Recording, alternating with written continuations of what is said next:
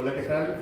¿Se escucha bien? Muy buenas tardes, bienvenidas y bienvenidos todos a esta charla que complementa la fantástica experiencia que tuvimos el día de ayer al momento de inaugurar la nueva exhibición que tenemos aquí a unos pasos y que van a poder disfrutar saliendo de la charla, si es que aún no han tenido la fantástica oportunidad de recorrerla. Esta exhibición, símbolo y reino, tres grandes colecciones novohispanas, un esfuerzo, la verdad, sin precedentes entre tres museos: el Museo Nacional de Arte del Instituto Nacional de Bellas Artes y Literatura, el Museo Nacional de Historia, Castillo de Chapultepec, perteneciente al Instituto Nacional de Antropología e Historia, y el Museo Sumaya, Fundación Carlos Slim, que han encontrado aquí en el Museo Sena pues un espacio para revitalizar esta exposición que inició en el Museo Nacional de Arte hace ya un poco más de 2 años, si no me equivoco. Después fue al Museo de Guadalupe en Zacatecas y finalmente está aquí con nosotros una oportunidad de verdad maravillosa de encontrar este apasionante lenguaje simbólico que se desarrolló en la Nueva España y que pareciera que es lejano a nosotros, pero que en realidad, como vamos a ver en la charla del día de hoy, como es posible ver también en la exposición, es un lenguaje que llega hasta nuestros días, es fundacional en la manera en que nosotros, los mexicanos, hemos desarrollado nuestra cultura visual, nuestra cultura simbólica y todo este apasionante mundo que podemos ver en las pinturas de grandes maestros de la talla de Andrés de Concha, Cristóbal de Villalpando, Miguel Cabrera, en fin, muchos maestros que tenemos la maravillosa oportunidad de ver el día de hoy en la exposición. Y quisiera presentarles a continuación a 2 de los 3 curadores de la muestra que han hecho un fantástico trabajo en investigar y desarrollar los contenidos para que los podamos ver en sala. Les quiero presentar a Francesca Conti. Ella es curadora del Museo Sumaya, Fundación Carlos Slim, y también al maestro Héctor Palares, el curador del Museo Nacional de Arte, y quienes junto con la maestra Erandi Rubio, curadora del Museo Nacional de Historia del Castillo de Chapultepec, hicieron la curaduría de esta fantástica exposición. Entonces los dejo con ellos, por favor los recibamos con un fuerte aplauso.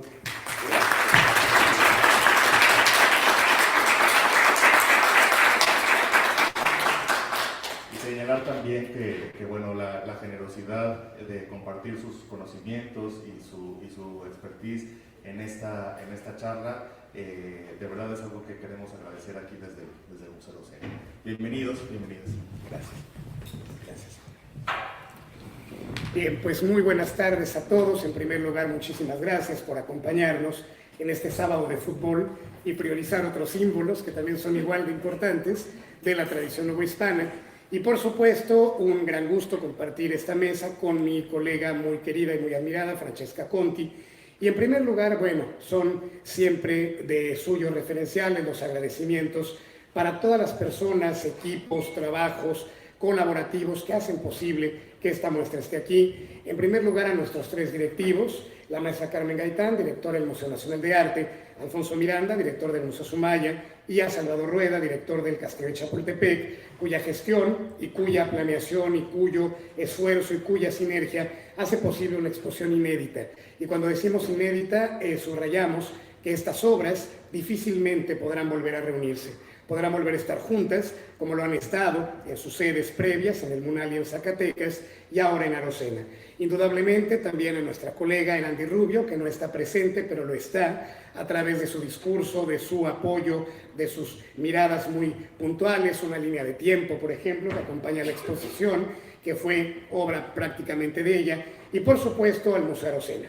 Estar aquí, justo comentaba ahora con Fran, hace 8 años estaba en este mismo lugar dando una charla sobre el reino de las formas, una exposición de arte europeo que en aquella época yo trabajaba en el equipo de curaduría del Museo Sumaya, y es un gran gusto siempre volver a este lugar donde nos han hecho creer y sentir que estamos en casa.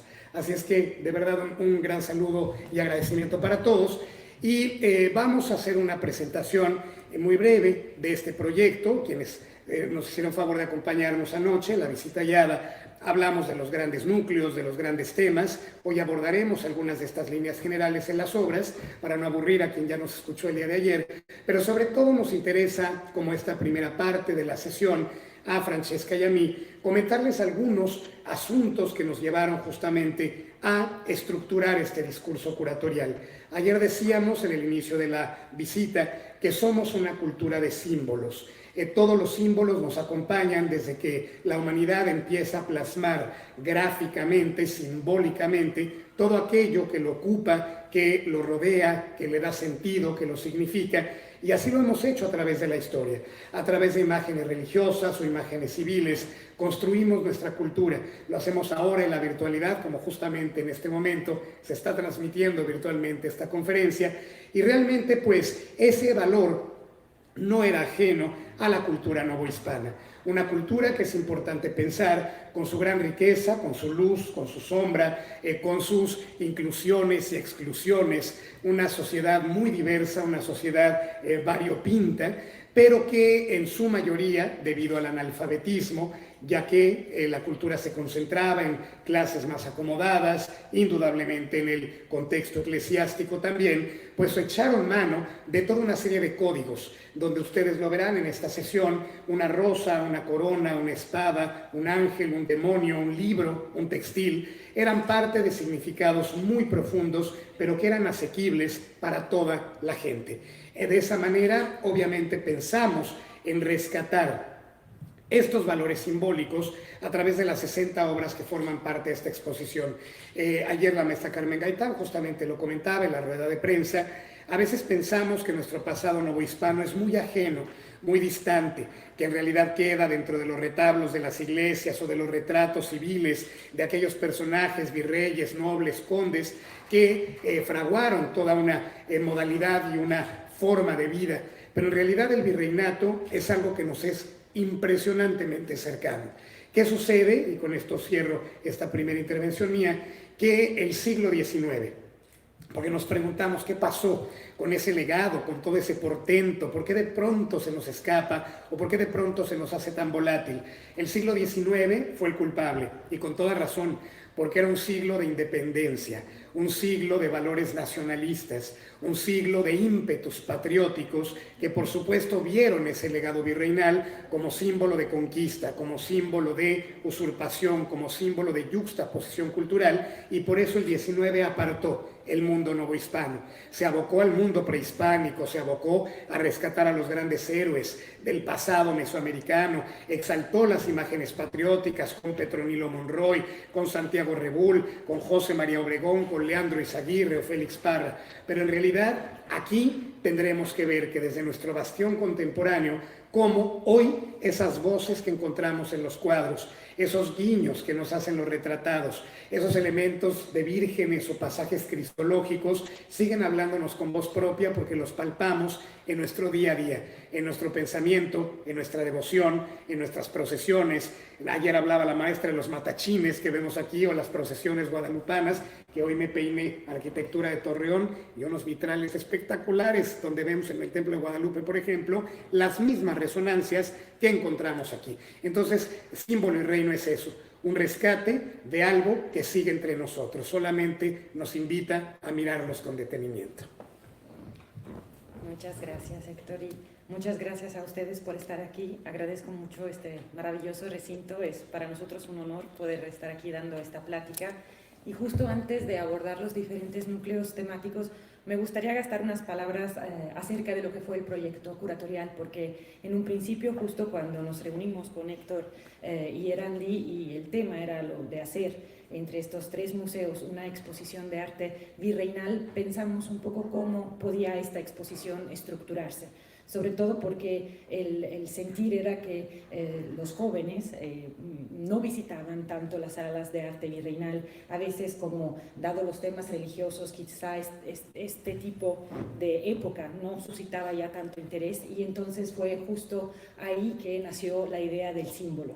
El símbolo porque gracias a su inmediatez permite lo que es un acercamiento mucho más espontáneo.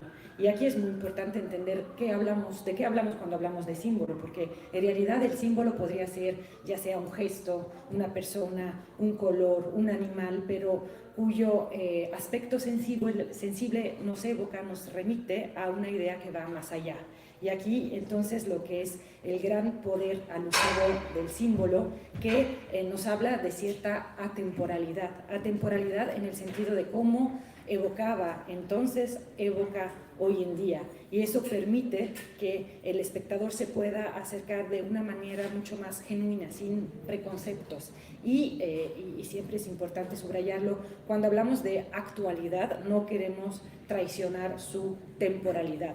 Y por lo contrario, en época novohispana, el arte fue escogida entre los numerosos vehículos justo por la inmediatez de su concepto. Tenía principalmente lo que era un sentido didáctico. Nos enfrentamos frente a tantas imágenes religiosas porque justo a través del arte se quería hablar a gran parte de la población que no sabía ni leer ni escribir y enseñarle lo que son los preceptos de la fe católica. Entonces también ahí la repetición de ciertos temas para que se pudieran adoctrinar. Esto es muy importante. Entonces fue de ahí que empezamos a reunir las varias obras y estructurar los núcleos, pero justo para que también a lo largo de la plática se acerquen a las obras de una manera muy espontánea, porque el arte, más que ser entendida, debe de expresar, y en el momento en que sentimos la obra ya como que vamos bien en lo que es el entendimiento de la exposición. Entonces paso la palabra a Héctor para hablar del núcleo introductorio. Gracias. Muy bien.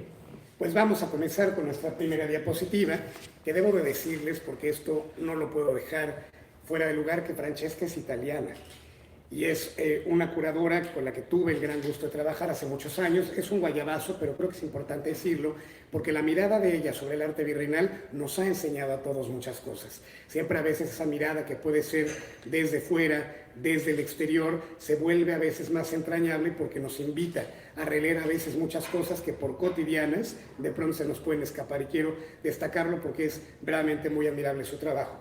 La primera parte de la exposición, que además esto también debo decírselos, los cuadros que ustedes van a ver, si bien están orientados a través de la curaduría a destacar un determinado símbolo, en una misma pintura podemos encontrar hasta 30 o 40 símbolos distintos o incluso más.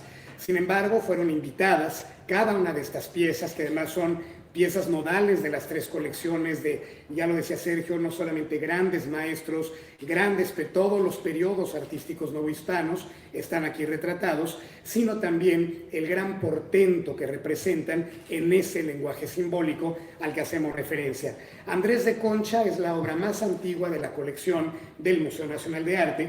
Esta pieza, junto con el Martirio de Santa Cecilia, que próximamente volverá a nuestras salas, y que aquí, en una iconografía muy cercana a la del retablo mayor de Yanguitlán, en Oaxaca, obra también de Andrés de Concha, encontramos una sacra conversación, es decir, un diálogo entre el Padre terrenal de Jesús, José, la Virgen María, el Niño Jesús y su primo Juan el Bautista.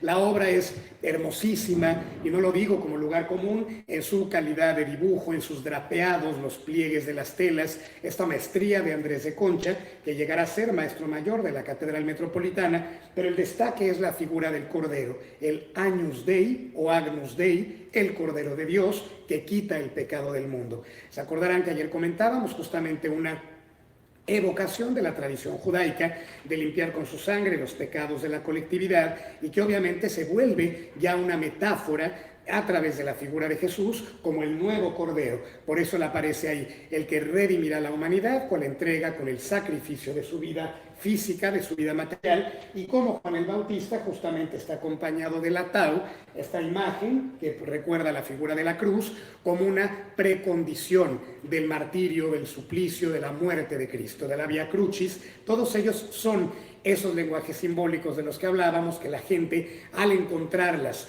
al verlas, al descubrirlas, entraba en estos grandes caminos de didactismo, la siguiente por favor, a los que alude Francesca. Pero el mismo símbolo, fíjense ustedes cómo puede tener una multiplicidad de lenguajes. Aquí no alude a Jesús, alude a una condición muy interesante que es la inocencia, la pureza, el niño que no conoce el pecado, que no está empañado todavía por estos actos propios de la naturaleza humana, y se llama Juan Francisco de la Luz Hidalgo. Así como ponemos en nuestras imágenes familiares de fotografía o de perfiles de redes sociales al nieto, al sobrino, al ahijado, acompañado de una vestimenta o de un cirio o de algún elemento muy significativo que dé cuenta de nuestra relación, de nuestra admiración o de nuestra vinculación con él, el padre pedirá que retraten al niño acompañado del cordero. Aquí la misma figura adquiere otro significado al insertarse en la tradición civil, y lo van a ver a ustedes ahora con toda una multiplicidad de símbolos que hemos estructurado en el núcleo de coronas, rosas y espadas. Sí, justo es interesante ver cómo los mismos símbolos se pueden declinar tanto en el ámbito religioso como en el ámbito civil, y estas dos obras introductorias dan cuenta de eso. Y justo el primer núcleo es de corona, rosas y espadas, que es quizá el núcleo más nutrido, y como bien dijo Héctor, van a ver cómo en la misma obra se pueden encontrar diferentes símbolos, como es el caso de esta Divina Pastora pintada por Miguel Cabrera, que da cuenta justo de este tránsito del barroco al neoclásico. Vemos la Virgen ataviada como Divina Pastora en línea con la tradición que empezó en Sevilla a partir del siglo XVIII, y aquí justo lo que destaca es esta corona de 2 estrellas que está sostenida por los ángeles volanderos que otorgan a la escena un dinamismo muy elegante. Y aquí justo el símbolo es el símbolo de la redención, pero también de la Virgen como madre que guía la humanidad. Aquí también se pueden apreciar las rosas, se dan cuenta, están tanto en la mano de la Virgen como en la boca de los corderos, que le cantan como unas Ave Marías y le otorgan estas rosas. Van a ver que las primeras 3 son justo las 3 obras que dan imagen a la exposición. Este es un escudo de monja que pertenece al acervo de Museo Sumaya, y en este caso es más que la imagen, es importante lo que es el objeto.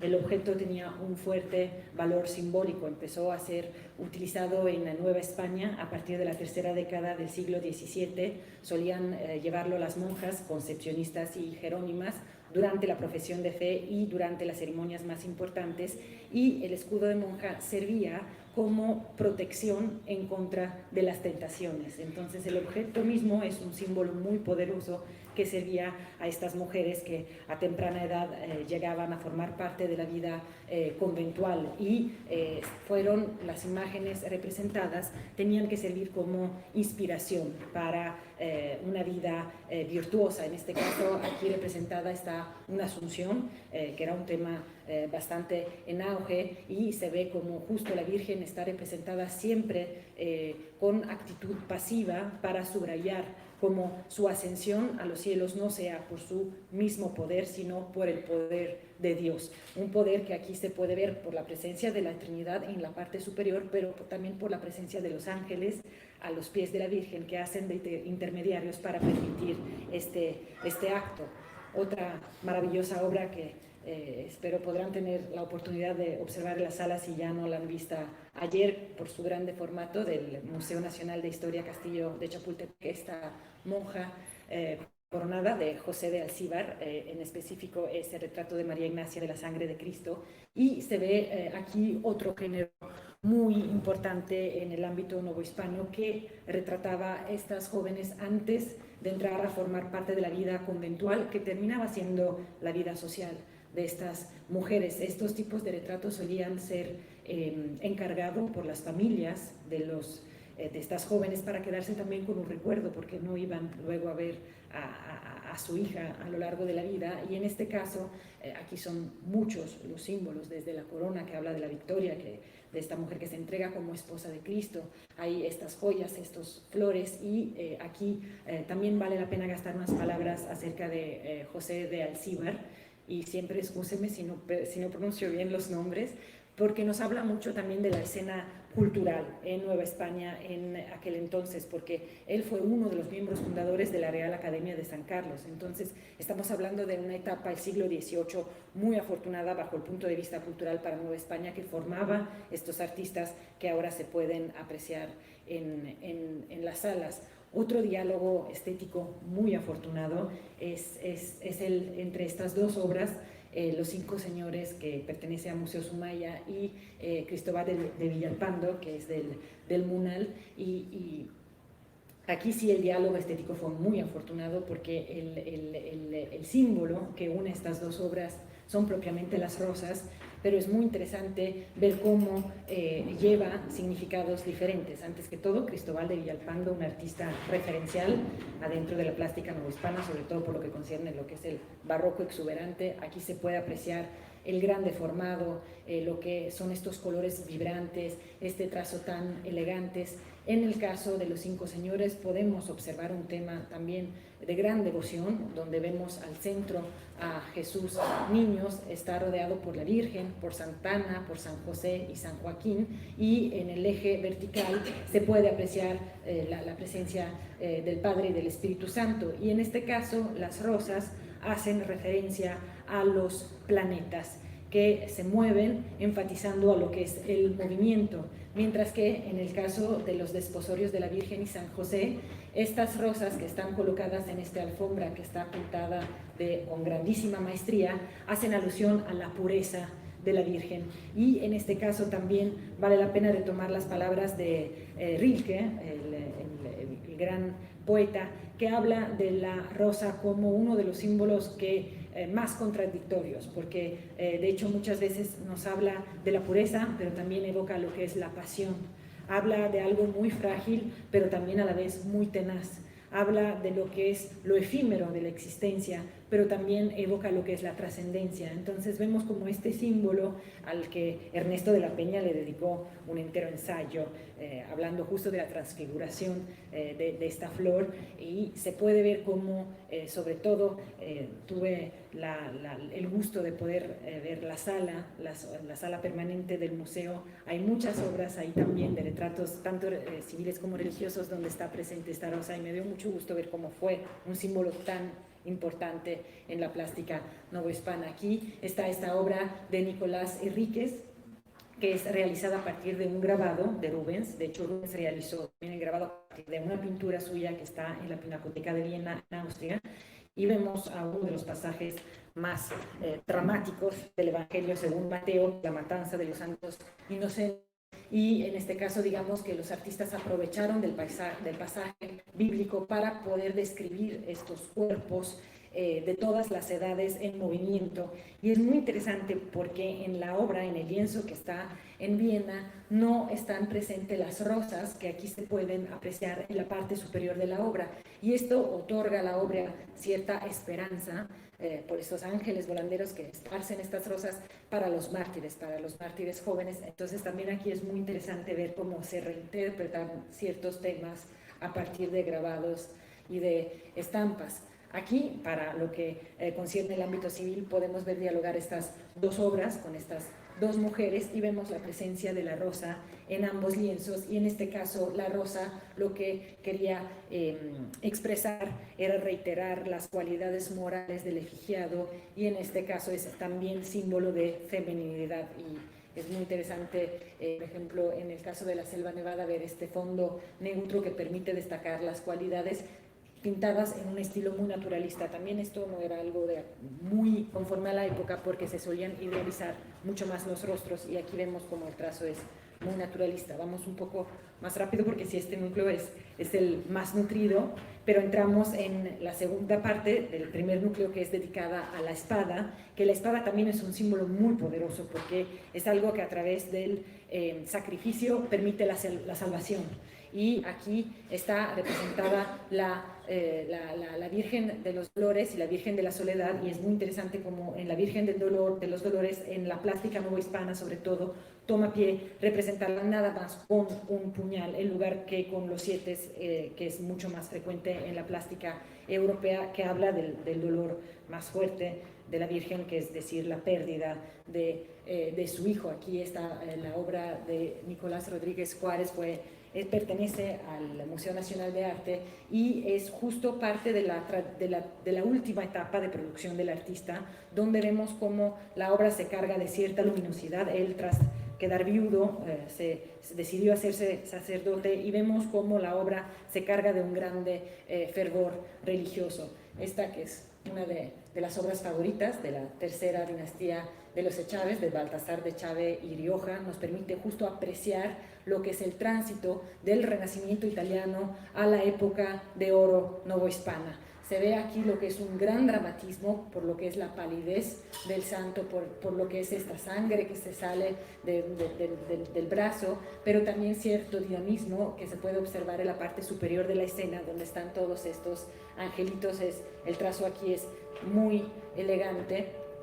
Y aquí, de Cristóbal de Villalpando, el San Ignacio de Loyola ofrece sus armas a la Virgen de Montserrat. Aquí es muy importante porque vemos justo esta transición de alguien que deja de ser soldado terrenal, él era soldado de Carlos IV, para llegar a ser un soldado espiritual. Entonces es muy interesante esta obra para entender lo que es la transición, y por lo que es también lo que concierne la espada, que puede ser declinado tanto en el ámbito civil, que habla de un poder terrenal, y en el ámbito religioso, que habla de lo que es un poder espiritual, la salvación. Aquí está enconchado, y con esto cerramos este primer núcleo, que se destaca por lo que es el material, que también esto es muy importante subrayar, cómo en la selección de obras siempre hemos tratado de llevar las obras también más delicadas, pero para que pudieran viajar y para que pudieran estar presentes también en otros museos. Aquí está el juicio del conde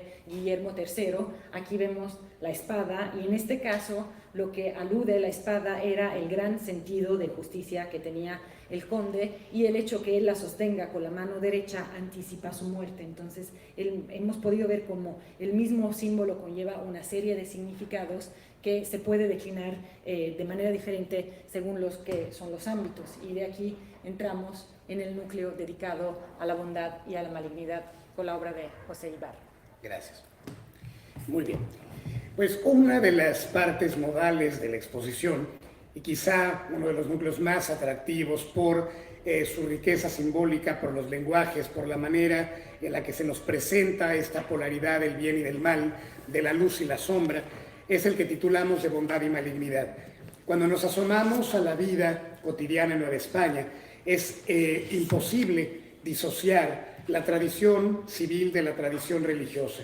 Estas dos vidas corren en paralelo. Es tan importante el paseo público por la plaza como igualmente medular lo es la procesión o la asistencia a misa por la tarde.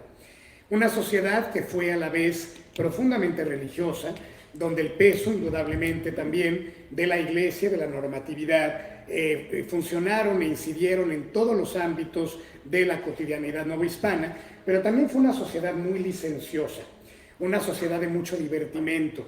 Las fiestas, los paseos, los saraos, como se les llamaba, paseos galantes, divertimentos, hicieron incluso que fuera de los grandes ejes de las ciudades se construyeran haciendas, fincas y lugares de descanso y de recreo, donde a través de los juegos de mesa, de los bailes, de los grandes banquetes, se vivieran experiencias sensoriales muy a flor de piel, porque eso también es el barroco. El barroco no es solamente la imagen del Cristo sangrante que nos lleva a una profunda reflexión devocional. Barroco también es recargamiento en textiles, en voces, en sonidos, en olores, en sabores, en la gastronomía, etc. Y eso hizo justamente que fuera tan importante dentro de este discurso, y hay que decirlo, en muchos sentidos catequético y doctrinal, de la llamada contrarreforma católica, es decir, una renovación que hará la Iglesia bajo la batuta de Pablo III, el papa más moderno del siglo XVI, y que justamente echó mano del arte y del discurso de las diferentes artes para poder también dar pautas, dar normas de ética y de moral. Por eso las representaciones del bien y del mal serán absolutamente comunes. Si recordamos nuestra vida cultural conventual en esta mitad primera del siglo XVI, con Acolman, con Huejotzingo, con Ixmiquilpan, con Actopan, con Yuriria, vemos aquellos grandes programas iconográficos que los propios religiosos pedían a los tlacuilos indígenas para representar el bien y el mal, la salvación y la condena. Pasajes inspirados en el pecado original, como en esta obra de José de Ibarra, que resguarda Museo Sumaya, donde se alude permanentemente, de hecho a la capilla abierta, por ejemplo, del exconvento agustino de Actopan, tiene todo un relato, todo un discurso a lo largo de la capilla de los pasajes de Adán y Eva. Eva amamantando a su hijo Caín, Adán trabajando como consecuencia del pecado original, muchos pasajes que justamente servían como poderosas herramientas iconográficas para dar aquellas pautas de vida cotidiana. Adán y Eva reciben el beneplácito del jardín del Edén, el jardín donde está todo, la fertilidad y la abundancia. Solamente hay un árbol que es el árbol prohibido, el árbol de la ciencia del bien y del mal, y que será restringido para que Adán y Eva nunca toquen ninguno de sus frutos. Esta metáfora bíblica que aparece en el Génesis es indudablemente una alusión a la sexualidad, a la unión, a la cópula en la pareja, porque recordemos, ayer lo decíamos, que la figura de la manzana no está referida en el Génesis. Es una figura que se construye durante el imaginario medieval a través de la etimología melo, mela, griego-italiano, que se empatan con malum, con la raíz del mal. La manzana es además una evocación de la redondez, viene de las Hespérides griegas, viene de Meleagro y Atalanta, tiene toda una serie de significados simbólicos desde la antigüedad clásica y pagana, y que obviamente en esta tradición semítica la manzana se convierte en una metáfora de las redondeces de Eva, de la curvatura de su cuerpo, del inicio de esta sensualidad que justamente determina, como lo señala el Génesis, abrieron sus ojos y se encontraron desnudos. La siguiente. A partir justamente de ello, si Eva es la que induce a Adán a la consumición del fruto prohibido, será una nueva Eva, la capaz, la facultada para redimir a la humanidad de este pecado original, y es la tota pura, la toda virtud y toda pureza, la Virgen María, una nueva Eva que aparecerá sobre una media luna, investida de numerosos símbolos, a veces como Purísima Concepción, como Virgen Apocalíptica, como toda pulcra o toda virtud, pero siempre con estos seres que vemos a sus pies, seres teratológicos, imágenes de lo demoníaco. Acordémonos que la Edad Media inventa al diablo. Luzbel, en la tradición original bíblica, es la bella luz, es el ángel caído, el más hermoso de las huestes celestiales. ¿En qué momento se convierte en ese ser peludo de patas de cabra, de cuernos, de colmillos o alado? Cuando justamente la Edad Media, a través de los llamados bestiarios, recoge elementos de la tradición fenicia, acadia, babilonia, ugarítica, y construye la imagen del mal. Por eso el diablo nos recuerda a un fauno o a un sátiro grecolatino, precisamente por su vinculación con la lascivia, con la sensualidad. De ahí que el universo demoníaco medieval llegue a linderos verdaderamente excepcionales. Veremos diablos como seres híbridos, demonios que combinarán diferentes naturalezas, o aquí, como nos dice el doctor Jaime Cuadriello, incluso seres pisiformes, una suerte de sirena heredada de la tradición homérica, de la Odisea, que se convierte en este símbolo del pecado y de la condena. La siguiente. Por esa razón encontramos esta, que es una obra pequeñita. No se la pierdan en la exposición, porque es tan pequeña como tan extraordinariamente monumental en su belleza y su significado. Fue elaborada por el taller de los hermanos López. Recordemos que fueron muy célebres en el ámbito de la tradición de miniaturas, justamente con toda una serie, perdón, de los lagartos, les dije López, de los lagartos, toda una serie, por supuesto, de trabajos miniados, que recordemos que el término miniatura obedece no al tamaño, sino a la técnica. El óxido de plomo, el minium o el minio, que son esas tonalidades rojizas que se utilizan para enfatizar siluetas, figuras o personajes, y que fueron muy célebres en la tradición novohispana por el preciosismo, por la calidad de su dibujo, sobre todo sobre vitela, sobre piel de animal, piel de ternera, utilizando a veces temples o diferentes técnicas, que esa es otra invitación en esta muestra. Conviven técnicas tan variopintas como el óleo, como la acuarela, como la miniatura, como el enconchado, como un biombo. Es también una propuesta muy interesante ver la materialidad de todas las piezas que constituyen esta exposición. Esta imagen representa, bueno, perdón, no, está muy bien, tanto la anterior como esta, las referencias justamente a la Virgen Apocalíptica, aquí de los pinceles de Juan Patricio Morlete Ruiz, un autor originario de San Miguel el Grande, hoy San Miguel de Allende en Guanajuato, que refiere de nueva cuenta a esta dama portentosa, una dama que, recordando también la letanía lauretana, más allá del electa ut sol, pulcra ut luna, más refulgente que el sol y más bella que la luna, es también terribilum castrorum, terrible como batallones. Es la dama que más allá de 1000 batallones podrá vencer al demonio, a esta figura que vean ya entre un híbrido.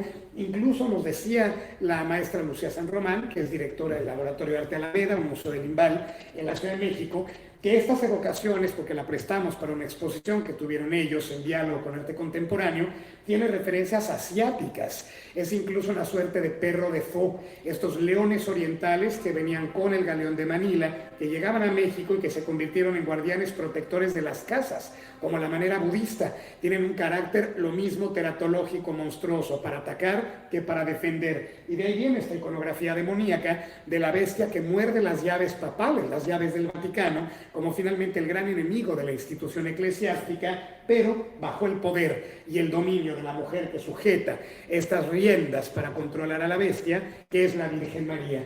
Precisamente a partir de estas imágenes, vamos a ver la siguiente, encontramos también referencias al poder que tiene la salvación. Esta obra del Museo Sumaya, nos tenemos en el MUNAL una obra muy similar en iconografía, se puso muy de moda en el contexto virreinal por la figura mediática de San Camilo de Lelis, la asistencia al moribundo. Precisamente esta figura redentora que consuela en el momento del trance, cuando se abandona la vida corpórea para apostar por la gloria celestial. Si ustedes se fijan, esto tiene un formato a manera de exvoto, como algunos hermosísimos que tienen acá arriba, que ya le dije yo a Sergio, estoy enamorado de su mano poderosa, y algún día le pedimos a Fabiola que nos la preste porque es verdaderamente excepcional, entre muchos más. Pero esta imagen está repleta de elementos simbólicos. Es justamente esa carga a la que aludíamos de los valores del barroco, donde la imagen construye un discurso, satura el horror vacuo y la manera precisamente de construir toda una manera de lenguajes que permitan llegar al oído, a la vista, al gusto, esta realidad inmersiva, si pudiéramos utilizar el término contemporáneo que tiene la cultura del barroco. Está justamente consolando la extrema unción al moribundo, pero ven ustedes cómo la figura del crucifijo, repleto de filacterias, aquellas líneas generalmente con inscripciones en latín, que van ponderando el camino de la salvación del alma, pero donde todos los demonios incluso se sienten intimidados ante la figura de Cristo y ante el poder de consuelo que tiene Camilo de Lelis. Por eso vemos algunos verdaderamente aquí, al pie de la cama, esperando poder llevarse el alma del que está a punto de morir, pero acaban huyendo por las rendijas de la ventana en la parte superior, atemorizados e intimidados por el poder de Dios. Estas imágenes llegan a nuestras pastorelas porque eran justamente las que utilizaban a través de estampas los religiosos para los actos de catequesis, de evangelización en las capillas abiertas de los conjuntos conventuales. De aquel teatro de evangelización, de aquellas imágenes, vendrán las pastorelas que seguimos celebrando hoy en día como la lucha poderosa entre el bien y el mal. Y me parece que ya terminaremos con 3 imágenes que son verdaderamente espléndidas de los fondos del castillo de Chapultepec, atribuidas al pintor Miguel Jerónimo Cendejas. Fueron elaboradas para una casa de ejercicios religiosos, el Templo de la Concordia en la Puebla de Los Ángeles. Piensen ustedes en que el joven, así como la monja que nos presentaba Francesca, que entra a llevar una vida apostólica, a llevar una vida justamente de formación religiosa, hay toda una serie de elementos también iconográficos y simbólicos que lo van a ayudar a confortar su espíritu para tomar el camino de Dios. Estas referencias es una serie que va a plantear desde esta alegoría de la salvación la figura de Cristo con el gonfalón o el estandarte de la resurrección que presenta las puertas del cielo, el reino de los justos, la puerta dorada que ilumina el camino para todos aquellos como sus apóstoles en torno a él, que han seguido el camino ejemplar para encontrar a Dios y gozar de la vida eterna. Pero tenemos la siguiente, donde justamente encontraremos la alegoría de la justicia divina, donde una dama, a la manera de estas imágenes de espadas que seguimos viendo en nuestros monumentos públicos, en nuestras grandes alegorías de la patria y simbólicas, lleva una espada de fuego, una espada flamígera, precisamente conduciendo a través de su balanza el camino para las almas que han de apostar por la vida eterna. Habrá las ánimas del purgatorio que indudablemente aspirarán a la redención del Pantocrátor, del juez todopoderoso, Cristo en majestad, pero habrá una referencia como esta. Esa es parte también de la gráfica simbólica del barroco. Mostrarnos a veces también elementos que nos erizan la piel, el cadáver, un cuerpo en descomposición, ya con los bichos comienza la carne. Es el ars moriendi, la vanidad de vanidades, como dice el Eclesiastés, y que juega con toda una herencia de tradición medieval y renacentista, pero que llegará a su cima con el barroco, por ejemplo, de Juan de Valdés Leal en el Hospital de la Caridad en Sevilla, donde finalmente estos procesos de descomposición, la carne mostrada como lo efímero, la fugaz y transitoria existencia en la tierra, apostará por una vida celestial. Habrá algunos que ya no podrán gozar de ella, como los círculos infernales. Esta obra es de las más poderosas que vamos a encontrar en la exposición. Hoy nos intimida. Hoy, en pleno siglo XXI, vemos a Leviatán, ¿verdad?, con las fauces abiertas, el demonio, devorando a todos los condenados por la gula, la soberbia, la ira, la pereza, la avaricia, la envidia. Todos los pecados capitales están dentro de estas fauces, donde seres demoníacos con grilletes, con armas, atormentan las almas de los condenados.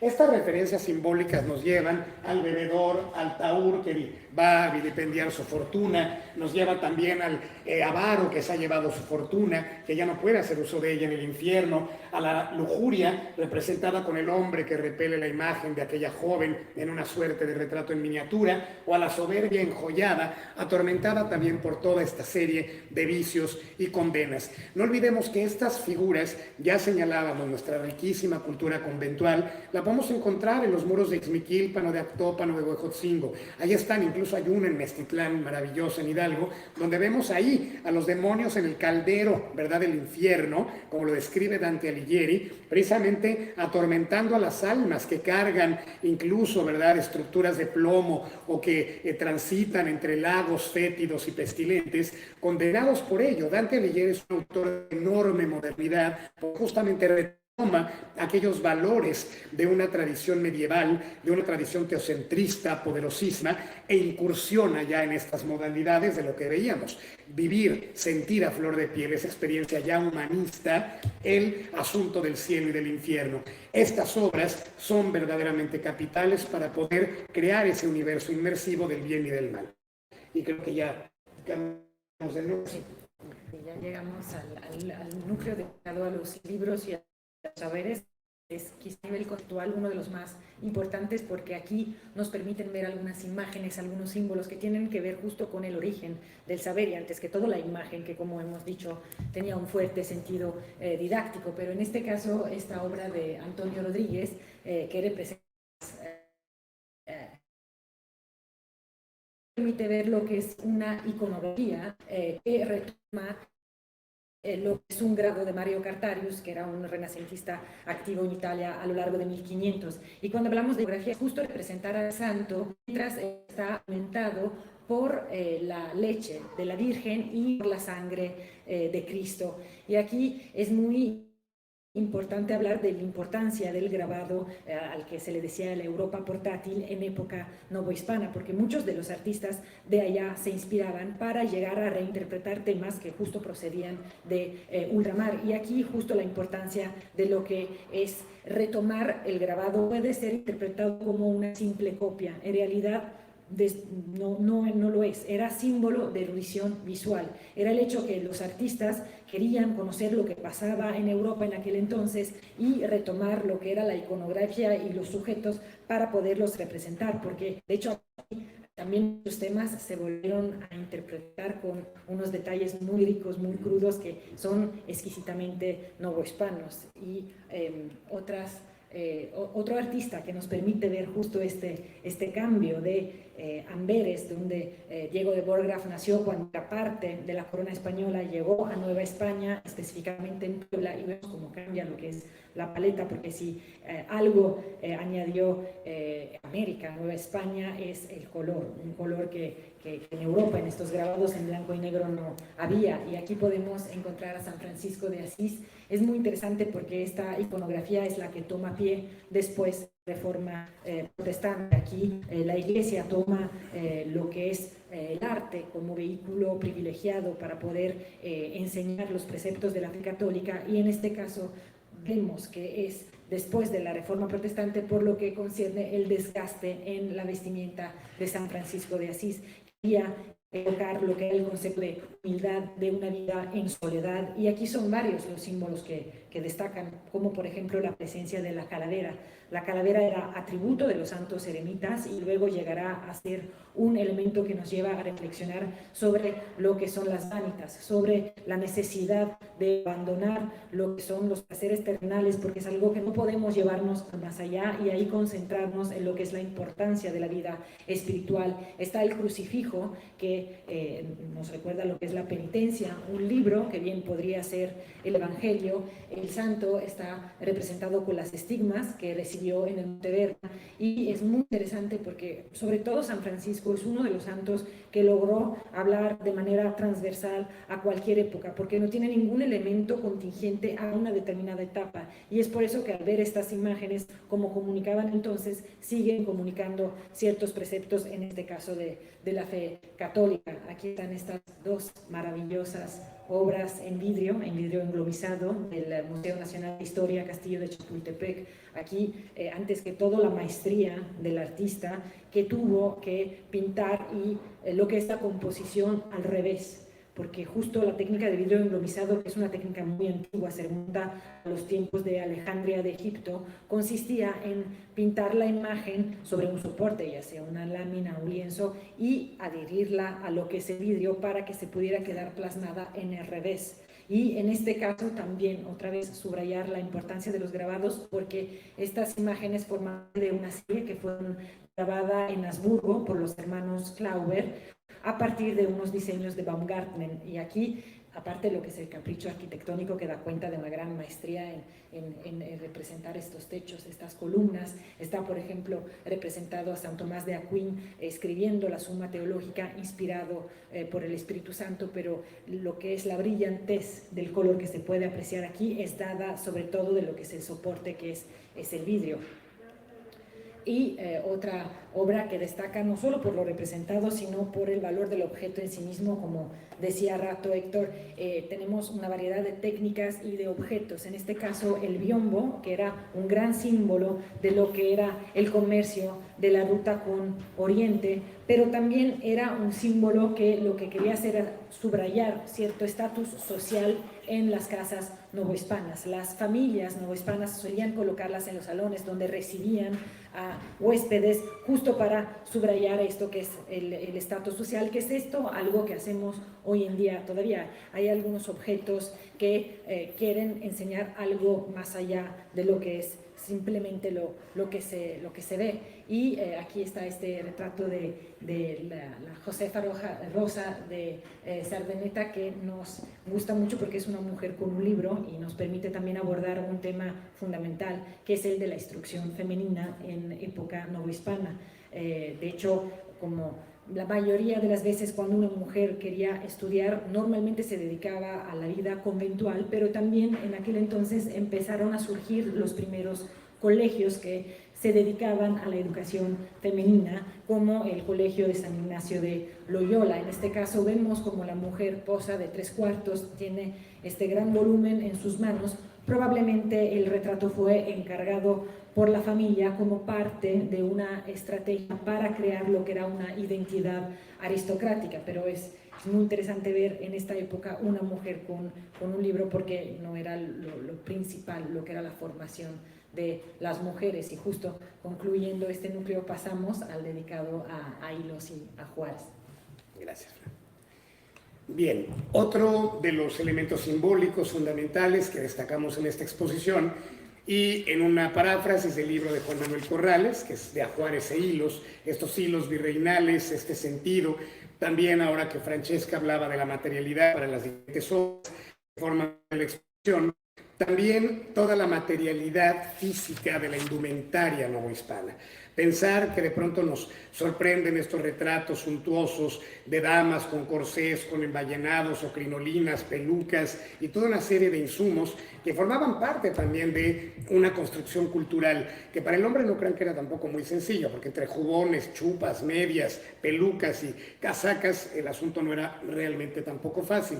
Pero esta figura de la indumentaria también es significativa en el recuento de estos valores simbólicos, porque señalábamos justamente que para el teórico Gilles Lipovetsky, él señala sobre el cuerpo nada es frívolo, porque finalmente desde el Neandertal, desde nuestras referencias prehistóricas a cubrirnos, a buscar el abrigo, la prenda cumple con una funcionalidad y cumple con un lenguaje.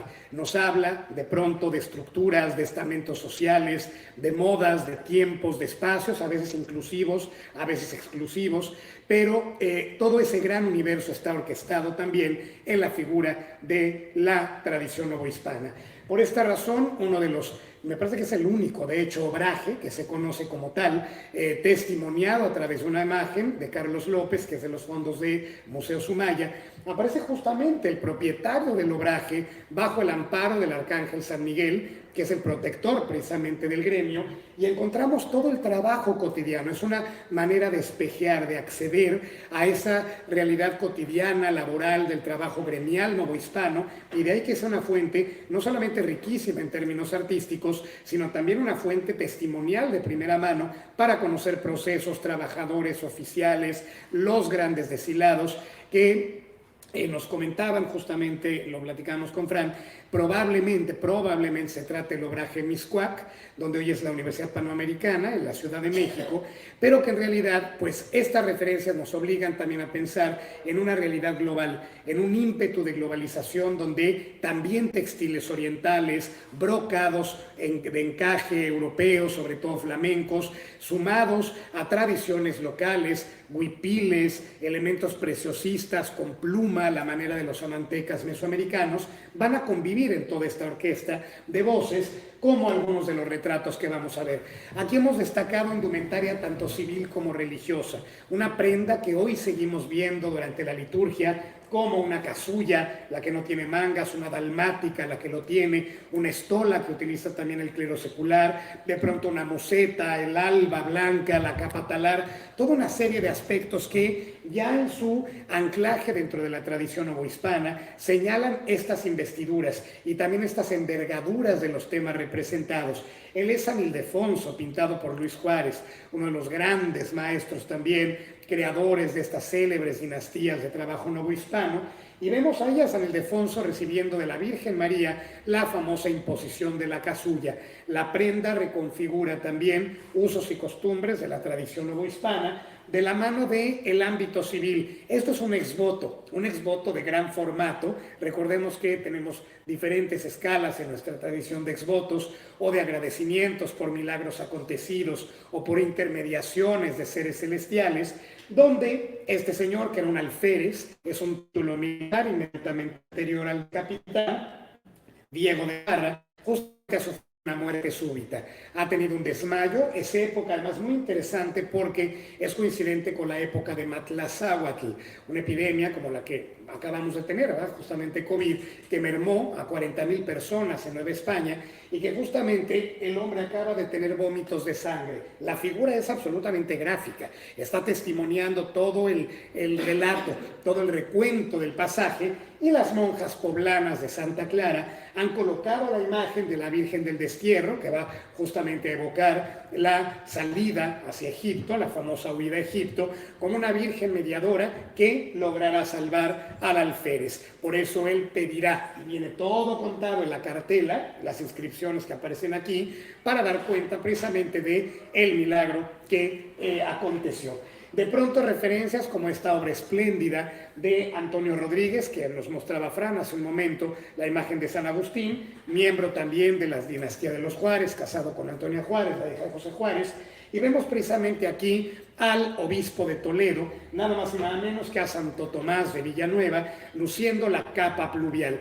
Esta preciosa indumentaria que todavía el lunes veremos lucir al arzobispo primado de México en la Basílica de Guadalupe, porque es la prenda de mayor envergadura dentro de toda esta línea de indumentaria de la tradición religiosa. Se solía llamar así porque servía para cubrirse de la lluvia, pero acabó recamándose de piedras preciosas, de hilos preciosos, de grandes ribetes, y que la configurarán como una pieza de espléndida factura y de gran envergadura. Lleva además la mitra y el báculo. Aquí vemos, ya, en la siguiente, Fran, gracias.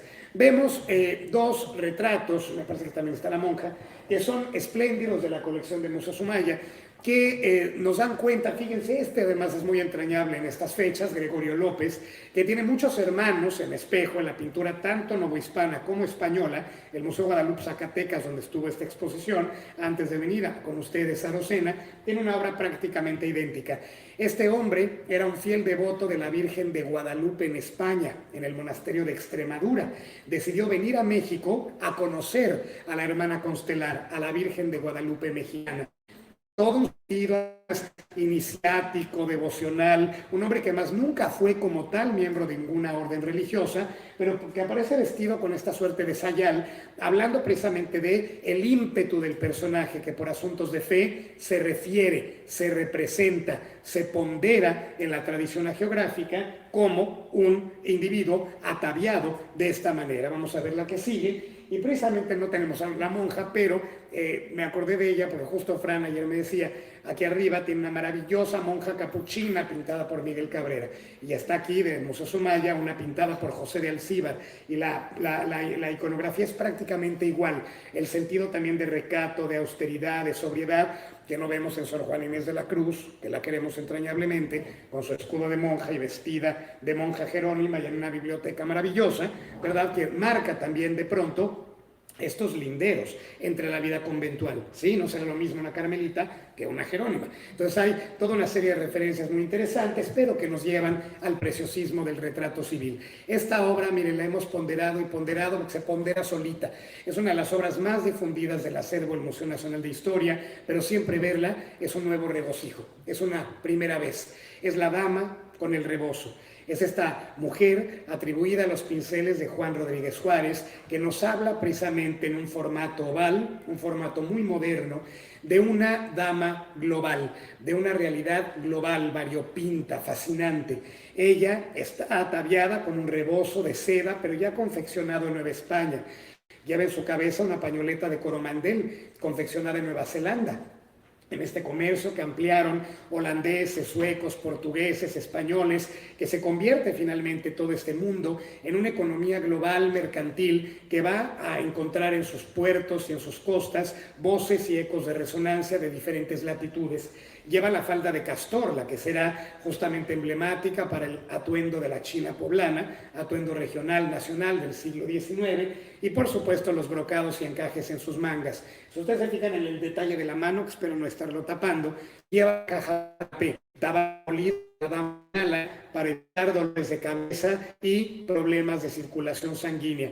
En ella hay además un paisaje pintado dentro de la caja, un desposorio de indios. Juan Rodríguez Juárez ha pintado su cuadro dentro del cuadro, porque ese cuadro existe, está en una colección inglesa particular, y por eso esta dama maravillosa que tiene casi iconografía de virgen, es ese rostro sublime, nos lleva a pensar en ese sentido de una interacción tan cosmopolita como la podemos ver también en la indumentaria masculina de don Pedro de Barbabosa, quien fuera contador mayor de la Real Audiencia de México, y que lo vemos con la peluca borbónica y el cuello de chorrera por la longitud, ¿verdad?, y corte de la tela. Lo vemos ahí con la casaca, con todos esos hilos preciosistas, que cada uno de ellos jugaba con un simbolismo, a veces de influencia hispana, de ecos asiáticos, ya de coordenadas propiamente, la siguiente, nacionales, como esta niñita que era norteña, era de Parral, Chihuahua, la niñita Michelena o Miguelena, que la podemos ver aquí con la investidura de una niña adulta, vestida de acuerdo con los cánones de la época, utilizando el corsé y utilizando el verdugado de la falda y utilizando incluso hasta el chiqueador, ¿verdad?, que tiene aquí en la sien, para quitar dolores de cabeza, pero que la niñita ya es más bien para símbolo de estatus, pero la vemos con el guiño infantil de la rosquilla en la mano, ¿sí? Es la foto del nieto en Facebook, ahí está. Digo, no vestido el pobre nieto así, porque la niña además no se podía portar mal, pues no se podía mover, literalmente. Es también una forma interesante, ¿verdad?, de construir los valores sociales. Y aquí a la dama, es el último retrato que se hace Tomás Amieri Terán antes de entrar a la vida conventual, de los grandes propietarios de Tacubaya, del Museo Casa de la Bola, que hoy es fantástico. Ella vivió justamente en lo que hoy es el edificio Ermita, en Tacubaya y Avenida Jalisco, y esta mujer se retrata, pide ser retratada por Verbeno, con todo ese brocado. Eso es también esa cultura del barroco. Lo que hacemos ahora, no solamente en el discurso, de cómo luces, de cómo hablas, de qué comes, sino también ese impacto de la sensorialidad. Es parte de ese guiño simbólico, vivir los arabescos, las flores, los hilos de seda, la saya, el corcel, el pañuelo maravilloso con toda una serie de lenguajes femeninos o el abanico, y por supuesto con el empomado, ¿verdad?, la empomadura en la cabeza, que siempre lo decimos, y es un tema, ¿verdad?, que hoy verlo desde la perspectiva del 21 pues nos puede sonar estremecedor, pero son pomadas hechas con manzana hervida. Es 1 kilo de azúcar lo que lleva la señora en la cabeza, y el peinado dura 2 meses, ¿verdad?, con toda una fauna ahí de liendre, chinche, piojo y cucaracha. Pero ayer decíamos un poco en broma, ¿verdad?, fashion before comfort. Ahí está, ¿no? Es finalmente parte del juego simbólico. ¿Y por qué cerramos con las castas? Pensar en el núcleo, pensar en esa sociedad variopinta, compleja, con ecos asiáticos, africanos, europeos, americanos, que van a crear un mosaico global, un mosaico que hoy seguimos siendo, ¿sí? Ya no nos decía Altapasco, Tornatrazo, Lobo, pero seguimos siendo un legado de esto, de nuestra diversidad cultural, lingüística, fisonómica, intelectual, social, pero creando una orquesta de voces que hoy se llama México. Estos grandes retratos, como las obras de Sumaya o del propio Munal, nos refieren en ambos casos esta tipología representada tradicionalmente de cuadros de exportación, que eran sobre todo enviados a España, para dar cuenta de qué implicaba ese mosaico mexicano, acompañado siempre de la cartela, del mestindio, del coyote, del cambujo, del zambaigo, y con el niño. Pero ustedes se fijan ya con la indumentaria, esta joven del Sumaya, es la misma iconografía que vimos con la dama del rebozo también. Fíjense en cuenta, es una castiza. Allá está literalmente ataviada con el coromandel, con la falda de castor, y jugando el niño y el marido en una ambientación que también la arquitectura, el paisaje, la moda, daba cuenta de esa imagen pública, de cómo nos construimos para el otro, para nosotros mismos, pero sobre todo para el otro. Esas construcciones, y creo que ya con ella pasamos al núcleo más categórico, importante de toda la exposición, porque cierra este gran discurso simbólico. Sí, justo es el núcleo dedicado a los encuentros y a los sincretismos, que es un poco lo que es el compendio y la síntesis de toda la exposición, que nos permite entender justo aquellos símbolos que no solo caracterizaron el imaginario novohispano, sino forjaron la identidad propia de México. Y hemos escogido como tema la Trinidad porque en este caso también es muy interesante ver cómo en Europa este sujeto ya fue prohibido por Benedicto XIV porque se pensaba que negaba la espiritualidad, la esencia espiritual del Espíritu Santo, pero justo este sujeto fue ampliamente retomado en Nueva España para poder expresar lo que era un dogma bien complicado, que era el hecho del Padre, Espíritu Santo, uno y trino. Y aquí en estos pinceles muy elegantes de Miguel Cabrera podemos observar cómo el artista retoma el dogma y lo interpreta de una manera muy original, en el sentido que repite la misma persona 3 veces, pero lo que hace es cambiarle el color para poder hacer y explicar esta distinción, porque acordámonos a veces, justo yo cuando pienso al hecho que llegaron acá en el proceso de evangelización y trataron de expresar a unas personas que tenían una cultura completamente diferente, que hablaban un idioma completamente diferente,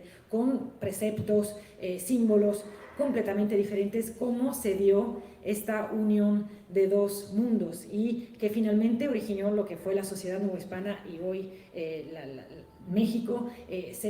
Fue casi magia, como se pudo llegar a esta unión y cómo se interpretaron símbolos que procedían de ultramar. Y en este caso, justo llegamos al símbolo por excelencia, algo que no tiene solo que ver con la religión, sino ya tiene que ver con la política, con la cultura.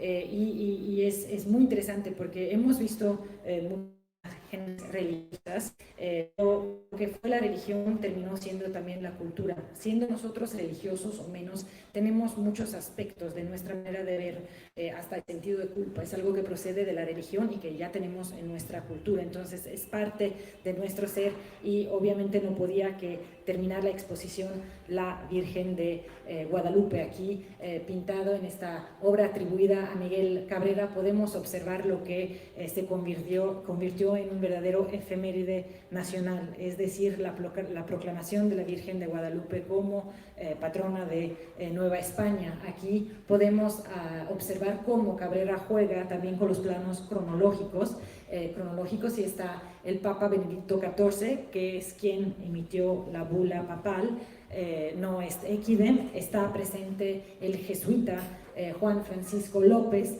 que es quien proclamó lo que es el Salmo 147, que recitaba: no hizo nada semejante con ninguna otra nación. Y esto lo dijimos también ayer, es un hecho fundamental y fundacional. ¿Por qué? Porque la Virgen eligió una tierra americana para aparecer. Apareció en el cerro de Tepeyac frente a un indígena, el hoy San Juan Diego. Entonces aquí lo que pasó fue legitimar la religión cristiana de manera independiente de los españoles. La religión no es solo algo que llegó de ultramar, sino algo que decidió instaurarse aquí.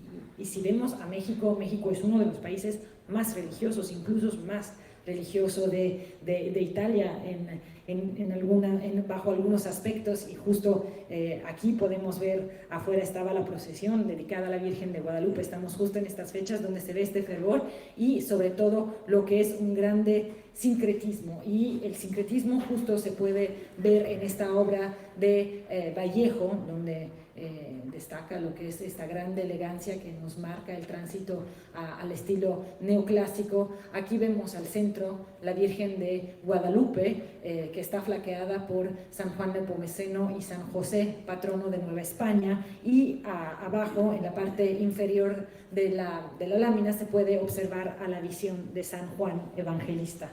Aquí vemos cómo él está acompañado por el águila, que es el símbolo tetramorfo del santo. Es el águila el único animal que lo acompañó cuando se exilió en Patmos para escribir el Apocalipsis, pero aquí el artista quiso colocar un tunal cerca del águila. Aquí esto es una alusión al ave fundacional de Tenochtitlan.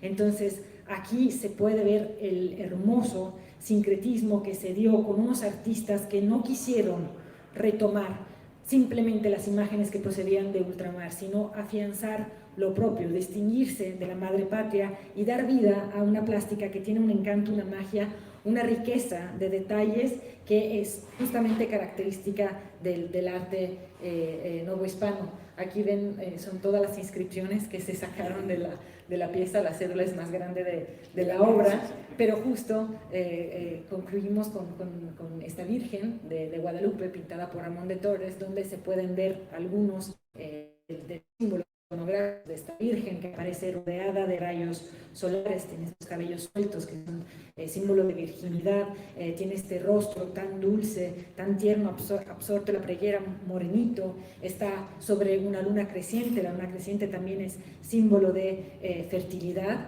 Está este angelito cuyos colores fueron retomados hace 200 años por Agustín Turbide, por lo que son los colores de la bandera mexicana.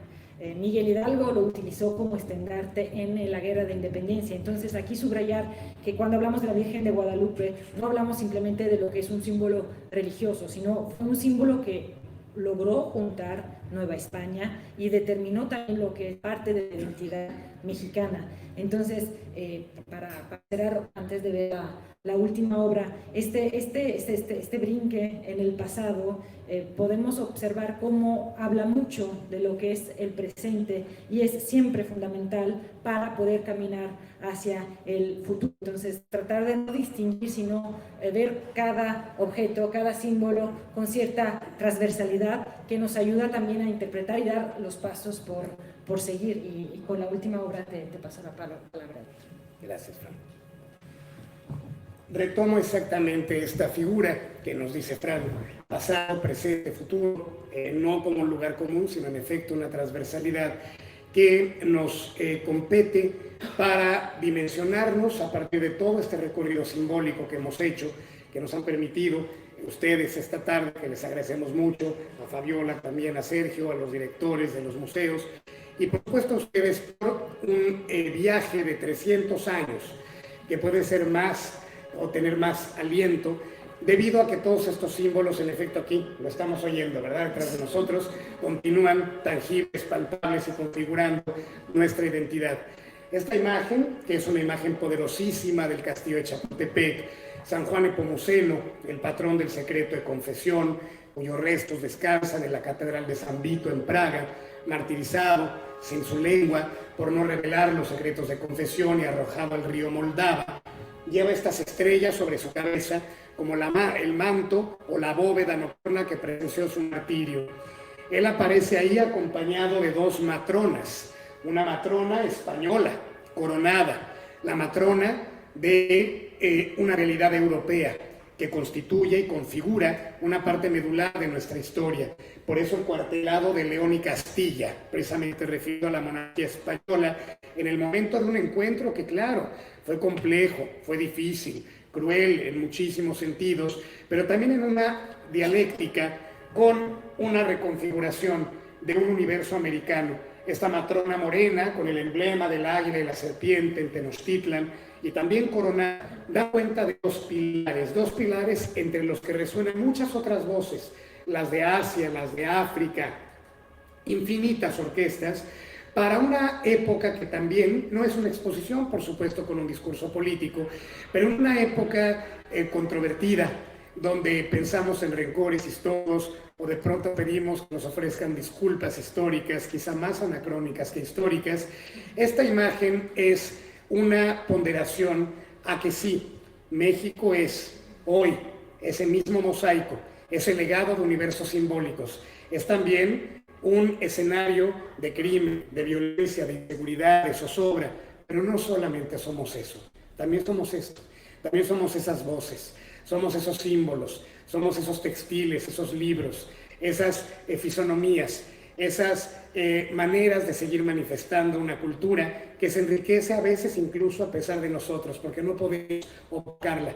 Es tan compleja, tan grande y tan fascinante que sigue nutriendo y nutriéndose con ecos guadalupanos, con resplandores de vírgenes apocalípticas, con indumentarias de hilos preciosos y configurando ese mosaico muy complejo, pero siempre fascinante, que es México. Muchas gracias y buenas tardes.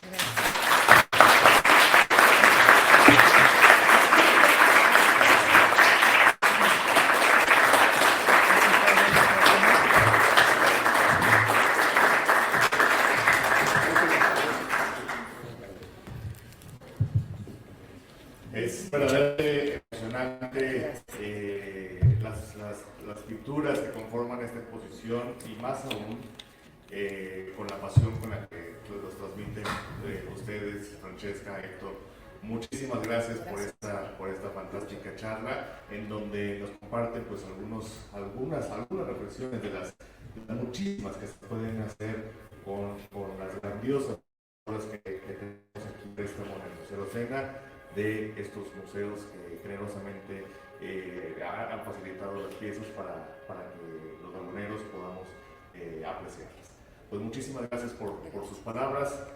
No sé si hay una pregunta, tanto de los que estamos aquí presencialmente, como también si hay alguien en el plano digital que quiera hacer una pregunta a los curadores de esta exposición. Francesca, dijiste que Carlos V. Sí, es sí, quinto. sí, lo dije, perdón, lo dije justo cuando lo dije, me di cuenta que era, no, cuarto, quinto. Es Carlos V. Sí, perdón, sí, Carlos V. Como yo con Andrés Sí, López, en lugar de la Guardia. Nada más, el hecho de que no aparezca Sor Juana en esta exposición o en esta serie de...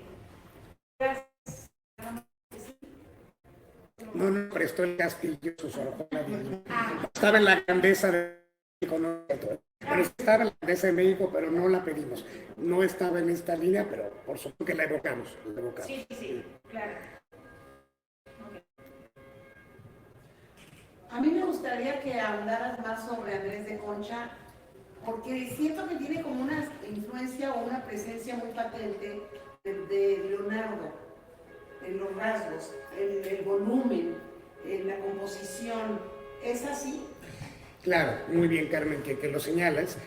Andrés de Concha es una figura fundacional. Cuando pensamos precisamente en este marco de pintores novohispanos, tenemos que pensar que estamos hablando de generaciones primigenias, como Simón de Pereins, de tradición flamenca, el propio Concha, que para la mayor parte de las fuentes es originario de Sevilla, de Andalucía, y que también es una coyuntura muy interesante, y ahora que lo señalas, no solo por los grandes ecos de la pintura italiana que tenían tanto, tanta incidencia en esa realidad española del 16, sino porque vale recordar los grandes patrones iconográficos, dibujos impresionistas o incluso de difuminados que también hay en obra suya, como la que tenemos de Santa Cecilia, que es realmente espectacular, en el mundo, que llegan a Nueva España en una coordenada además muy importante, transitando no solamente entre zonas continentales, sino trayendo también valores y paradigmas de su propia realidad local. Entonces, Concha va a tener, sí, influjos. Es interesante porque él ya usa grana. En Catedral o en Yanguitlán lo vemos. Usa grana, usa pigmentos americanos, pero estos patrones iconográficos van a ser pautas enormes de inspiración también para los artistas locales. Cuando los llaman como retablistas para estos conjuntos conventuales, obviamente además de las estampas que tan puntualmente señaló Francesca, se van a convertir esos modelos que son el Pontormo, Leonardo, ecos de Rafael en las Madonas, todo este sentido, como incluso lo vamos a ver en la propia arquitectura.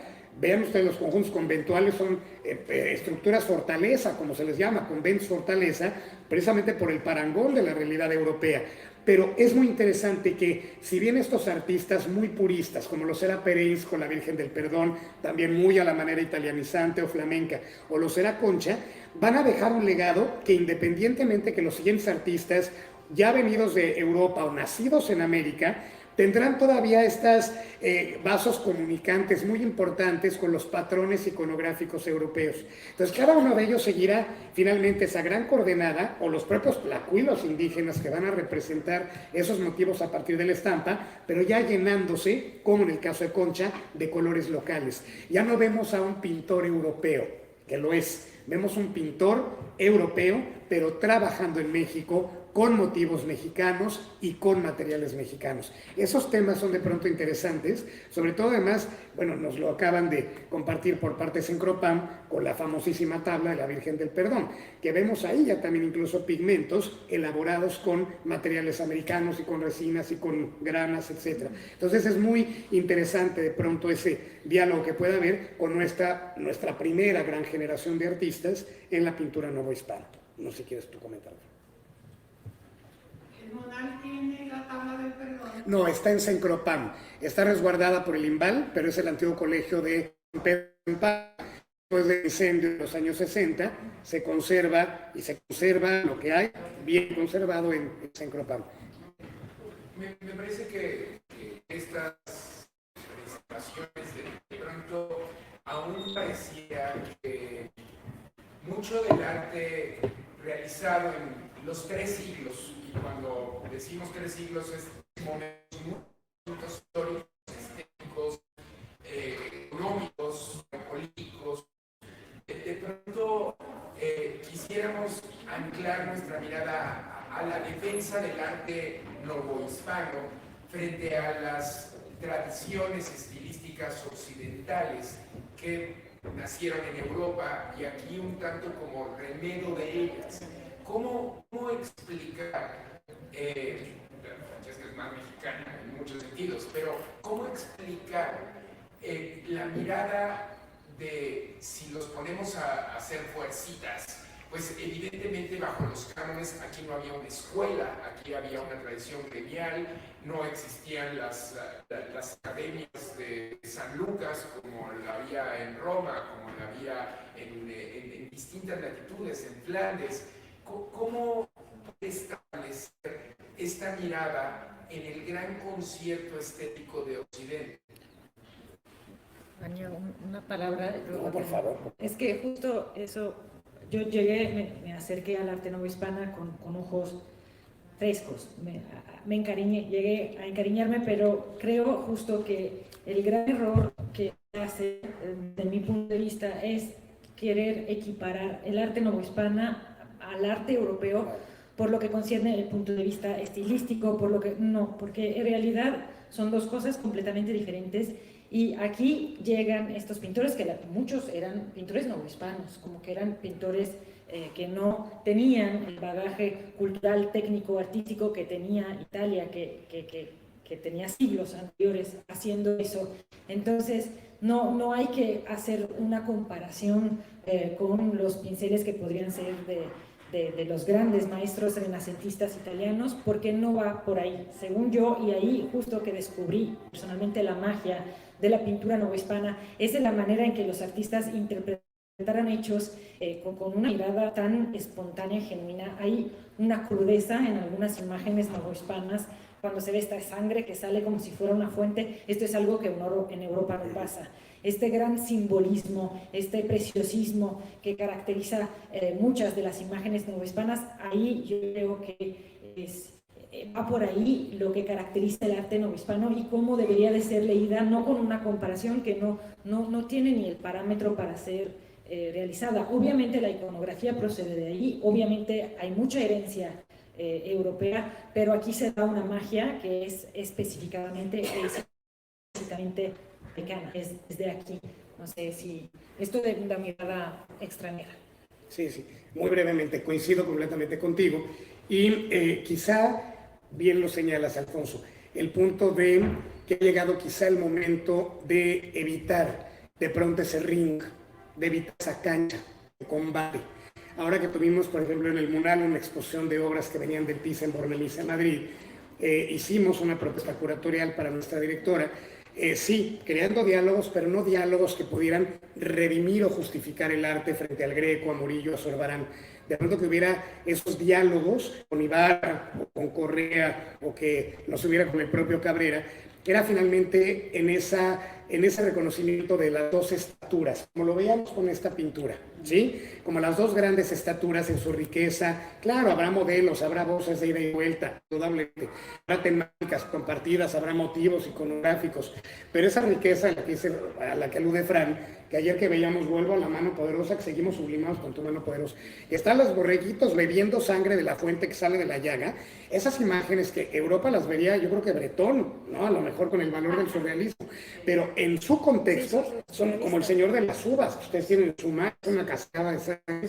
Esas figuras, claro, provienen de Árbol de la Vida y provienen de los ecos de tradiciones de tlacuilos y provienen de San Andrés Calpan, en Puebla, que ahí están esos símbolos. La Virgen María, en lugar de estar dolorosa, es una omecíhuatl con planetas girando en torno a su corazón. Esas figuras son, claro, la riqueza en algo, esos universos de paridad, pero siempre con la estatura individual de cada una de ellas. Y hoy mirarlas así, por ejemplo, en esta exposición, lo que preguntaba Carmen ahora, ahí están, ahí resuenan todas estas voces, pero las leemos así, las leemos en su propia dimensión, con su propio pie de igualdad, pero no en un escenario de ring, que no se ha hecho en la historiografía del arte desde Bernardo Couto hasta ahorita, por supuesto.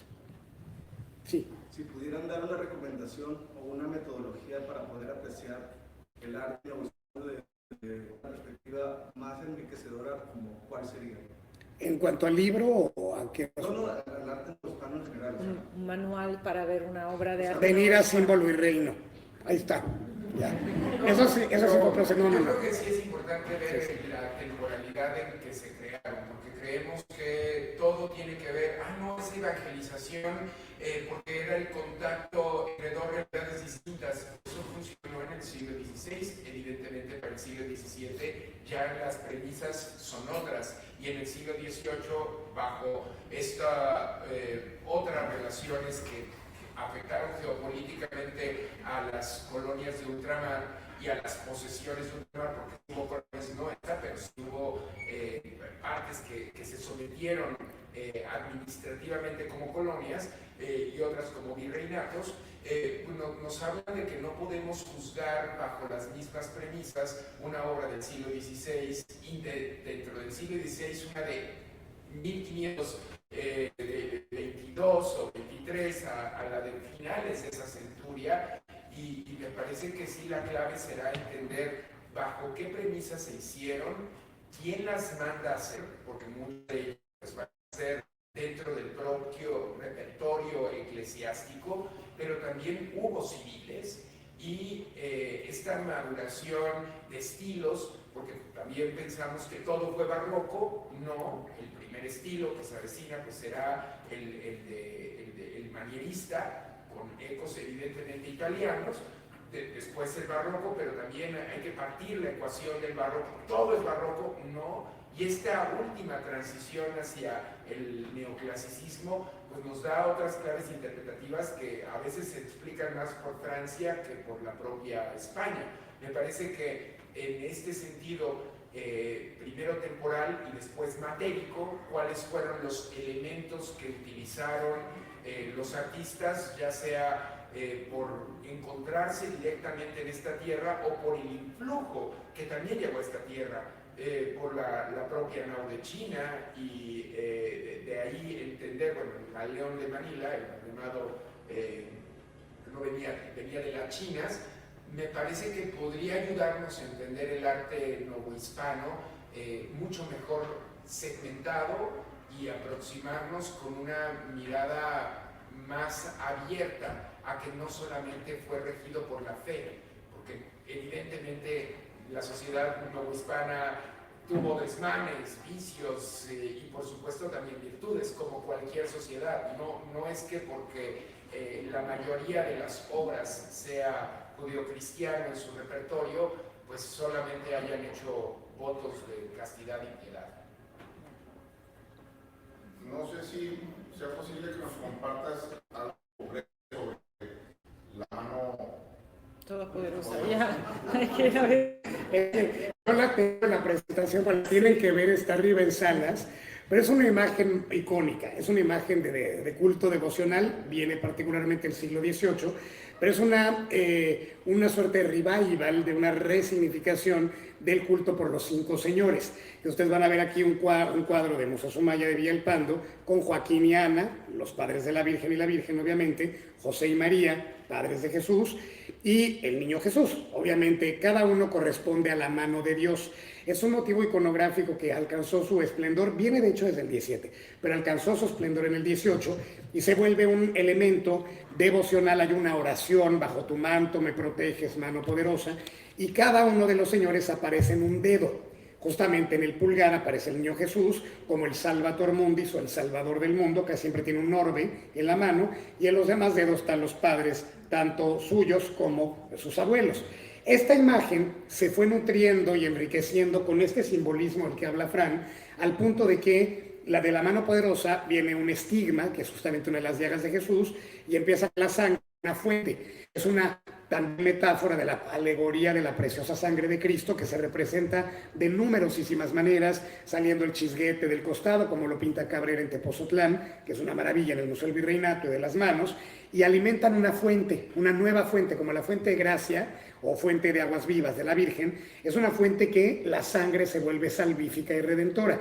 Por eso todos los caminos que tiene llegan, que es la parte que me digo, son divinas, las están aquí. Ayer yo comentaba con el director del Sumaya si era 18, pero en efecto parece que es principios 19, pero eso llega a los ecos de toda la tradición pública a la cultura popular del siglo XX. Entonces hay un calendario que es Sumaya, que es una de las cuestiones que más quiero y miro por muchas razones, tiene la colección de cromos para calendario de la fábrica Galas de México. Entonces, uno de los de mayor impacto, además de la imagen del Sagrado Corazón de Jesús o de la Virgen de Guadalupe de González Camarena, es la mano poderosa. Entonces, esa mano poderosa, si la leemos ya en una perspectiva, desde una perspectiva popular, tradicional, como cotidiana, puede convertirse incluso en algo hasta kitsch.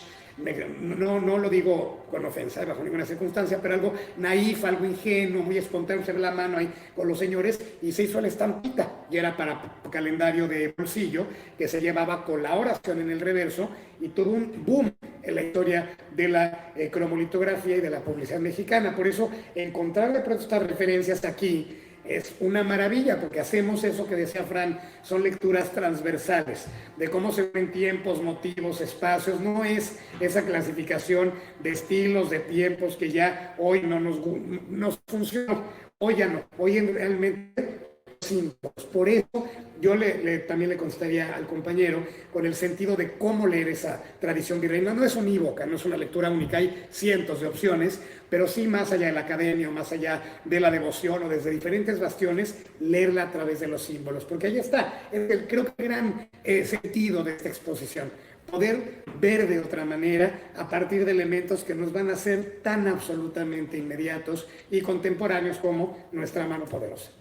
Yo nada más agregar también, digo que por supuesto tenemos las 60 piezas de la exposición Símbolo del Reino, pero que dialogan perfectamente, como ya lo han señalado, con la propia colección del Museo Rosena. Si ustedes van a la exposición y luego suben especialmente a nuestra sala de arte virreinal, van a ver estos ecos, ¿no? Y estas referencias y estos juegos que complementan muy bien tanto la exhibición permanente complementa la exhibición temporal como al contrario, ¿no? A través de nosotros aquí en el Museo de Rosena tenemos algunas devociones populares que quizás no están presentes de manera tan patente en la exhibición de Símbolo del Reino y que tenemos grandes ejemplares, ¿no? Como la mano poderosa. Tenemos también obras de Cabrera que parecen hermanas, ¿no? Por ejemplo, nuestra monja Sor Margarita Marquina, que pinta Miguel Cabrera, que encontraría un espacio si hubiera cabido en la exposición perfectamente, ¿no? Pero es muy superior. Muy bueno. Sí. Es que es de nuevo, no es lo mismo Cabrera que Alcíbar, entonces son dos artistas distintos, pero no es ponerlos de nuevo a ver quién fue mejor o peor, sino cuáles son sus símbolos, ¿no? Y la colección de aquí es espectacular. La verdad es que tienen que sentirse muy orgullosos del museo que tienen, y sé que lo están, pero cada persona que visita el Museo Rosena pues se lleva una impresión más que positiva para seguir regresando a la laguna. Muchas gracias, por supuesto. Y bueno, también aquí saliendo tenemos a Sor Agustina, que es una monja de 1800, retratada de 1800, que la pueden ver aquí saliendo las personas que están aquí en la presencialidad y que de verdad complementa perfectamente la exposición. Y es una pieza que fue recién restaurada gracias al apoyo de las amigas del museo y está aquí. No pueden dejar de verla, está saliendo de estas salas. Y bueno, pues, si ya no hay más preguntas, de verdad quiero agradecer profundamente.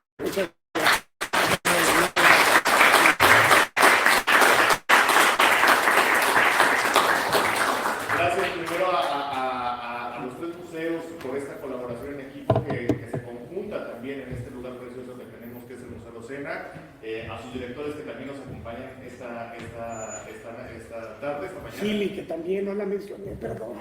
Claro, también tenemos aquí representantes de la Coordinación Nacional de Museos y Exposiciones, en este caso Edgar Rode, y por supuesto Francesca, Héctor, muchísimas gracias por sus palabras y por guiarnos en este complejo y entrañable mundo de simbólico de Hispano, ¿no? Muchas gracias a ustedes, gracias. Buenas tardes.